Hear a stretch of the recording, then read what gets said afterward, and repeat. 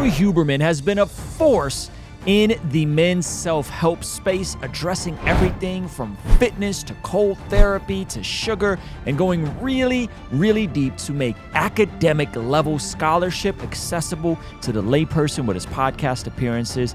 And recently, Andrew Huberman came out and acknowledged his own personal relationship with God. In a time where we're seeing more and more people from the online space talk about faith and talk about God in a positive way, it is interesting to see someone that is this scientific and this analytical break down their pursuit of prayer in a way that is beneficial and fruitful. So if you aren't familiar with who Andrew Huberman is, do a Google check. It's very fascinating. But here is a clip from a relatively small channel, Andrew Huberman, on prayer and his relationship with God. And there's some really, really, really interesting parts here that when I saw, I was like, man, I didn't know he was talking about this. Now, it's important not to ascribe theology to what he says here, because we don't know what his religious or theological leanings are. We have no idea. So this could be as simple as just praying to the universe or more specific. All right, so check this out. The prayer piece, I think I've been reluctant to talk about until now, because I don't believe in pushing religion on people. And I think that, and I'm not, it's a highly individual thing. And I do believe that one can be an atheist and still pray. Okay, so I don't know how he believes that, but he does. So, we got to take that however we will take that as people of faith. But he believes you can be a atheist and still pray. Okay, so that for me is like, I'm not sure if he's, all the way there with what we mean by prayer. Or agnostic and still pray. But for me, it really came about through understanding that there are certain aspects of myself that I just couldn't resolve on my own. And no matter how much therapy, no matter how much, and I haven't done a lot of it, but no matter how much plant medicine or other forms of medicine or exercise or podcasting or science or friendship or any of that, I was just not going to resolve. I mean, he's onto something. He's onto something. There are certain things that we cannot resolve on our own. There are certain things that no matter how well you go to therapy, he's talking about plant medicine, all this stuff, and there's certain things that we, if we're being honest, they're still inadequate, right? And so for those who are atheist agnostic that are like, well, he said I could pray. Okay, I'm going to come back to that thought. So just put a pin in that. We're going to come right back to that thought in just a moment. And so I started this because someone close to me said, a male friend said, prayer is powerful. And I said, well, how? And he said, I don't know how, but if you can it can allow you to get outside yourself, let you give up control and at the same time take control. I don't even like saying take control, but the whole notion is that, and again, forgive me, but there's no other way to say it. The whole notion is that, like God works through us, whatever God is to you, he, him, her, whatever, life force, nature, whatever it is. It's so interesting to hear him describe something that he knows on an intrinsic level is working, yet not acknowledge God in any sort of absolute sense. All right, it's official. Took some work, took some maneuvering, but we are now offering a virtual ticket to our live podcast event happening August 26th in Oceanside. So if you can't make it to Oceanside, if you're not from Southern California, go to RuslanLive.com to get your virtual ticket to join us live while we'll be streaming the event to all you guys watching who can't be here with us in person. What if the very things that Christian culture often dismisses as worldly actually aren't bad desires? What do I mean by that? It's obvious that the world values things like money, fitness, fame, and immediate gratification. But I like to propose that those natural human desires can actually be redirected with God's words and God's ways of doing things in order to bring glory to Him and serve our neighbor on this side of eternity. And I like to call this very concept God-driven ambition. And we'll be unpacking all of this at my very first live podcast in-person gathering happening August 26th in Oceanside, California. We'll have God Logic Apologetics, Pastor Jeff Moores from Rhythm Church, John Keith, Trizzle Fitness, and hosted by my guy Ray Rock. Lock it in on your calendars right now. Saturday, August 26th in Oceanside, California at Rhythm Church. Click the button down below or go to RuslanLive.com to get more information and get your ticket now, right? And this would slide into New Ageism or pantheism, all that kind of stuff. But let's just hear him out some more. To you, right? That it works through us.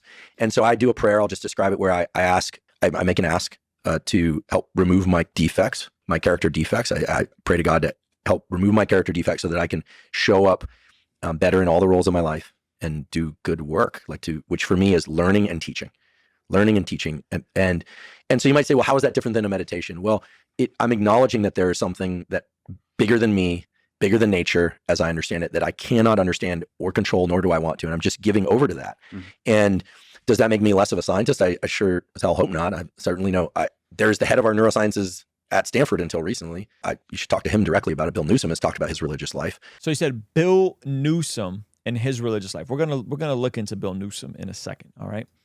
For me, it's really a way of getting outside myself and then understanding how I fit into this bigger picture. And the character defects part is real, right? I'm a human. I have defects. Like I got a lot of flaws in me, like anybody, and trying to acknowledge them and asking for help in removing them, not magically, but through right action, through my right action. So I do that every morning. And I have to say that it's helped. It's helped a lot. It's helped me be better to myself, be better to other people. I still make mistakes, but it's becoming a bigger and bigger part of my life. And I never thought I'd talk like this, but I think it's clear to me that if we don't believe in something, again, doesn't have to be traditional standardized religion, but if we don't believe in something bigger than ourselves, we at some level will self-destruct. I really think so. And it's powerful in a way that all the other stuff, meditation and all the tools is not, because it's really operating at a much deeper and bigger level. Interesting. Okay, so let's look up Bill Newsom because this is fascinating. When you hold on real quick, let's look up Bill Newsom. So when you search Bill Newsom, who he says is the guy he's inspired by, Stanford neurologist, balances science and faith. William Newsom is a world-class neurobiologist and a Christian man of faith. So that's interesting. And there's a ton of articles and different things here about science and faith. And he's also a lifelong Christian, right? Yeah, I think that's all I can talk about it. Mostly because I'm still working out, the scientist in me wants to understand how it works, and I want to understand. And the point is to just go, for lack of a better language for it, there's higher power than me and what I can control. I'm giving up control on certain things. And somehow that restores a sense of agency for right action, better action. My first question would be, if you're an atheist agnostic and you're praying, who are you praying to? And I would love to hear Andrew's response to that. Who are you praying to? My second question would be, just like I had Dr. Michael Brown on recently, and his prescription to the Joe Rogans and to the people that are struggling with the faith is approach the scriptures on your own, read the scriptures on your own, read the New Testament, read the accounts, and be honest if they don't resonate with you. And if you're going to pray, you might as well pray to the God of the universe and ask him to reveal yourself to you. Jesus, if you really rose from the grave, reveal yourself to you. Because if there's the leap that you need something outside of you, then why not look at the movement of Jesus that's impacted all of history for the majority for the good, and take a self-inventory and say, Jesus, if you really are who you say you are, reveal yourself to me. Reveal yourself to me. And take him at his word. Examine the scriptures. Now, here's the part where I think we have to be gracious, is someone like Andrew Huberman, who's a scientist, and he's trying to figure all these things out, and he's gleaming from Christian influences. Remember, the person he said he's looking up to, Bill Newsom, is a Christian. I think we have to be gentle and not coming down and saying, that's this, that's that, you're just making up this, blah, blah. And maybe, just maybe, Jesus will reveal himself to Andrew Huberman. Maybe, just maybe, that if he's praying and he's genuinely trying to seek trying to seek out God in the same way that Romans 2 talks about those Gentiles who were without the law, but then because of the conscience and the law that's written on their heart, they were able to be in a position where they can hear from God. Maybe, just maybe, Jesus will reveal himself to Andrew and others like Andrew and the Joe Rogans and so on and so forth. I think this is a huge net positive and a huge step in the right direction to hear someone like him talk about prayer in a positive way, even though there's a lot of other stuff in there that's like, I don't know, whatever God is to you. It's very, it's like this. It's very reminiscent of the 12-step program. Anybody that knows the 12-step program and you've done your research on it, you'll find out that the 12-step program actually has its roots in the church, believe it or not. It's just in order to go broader with it, they kind of were like, well, whatever God is to you, because they knew that the power of prayer and the power of faith, it works. And so they kind of broaden it. And so it's kind of the same thing. Like, he's pointing out things that he knows work. He knows work, yet he doesn't know that the origins of them are implicitly Christian. They are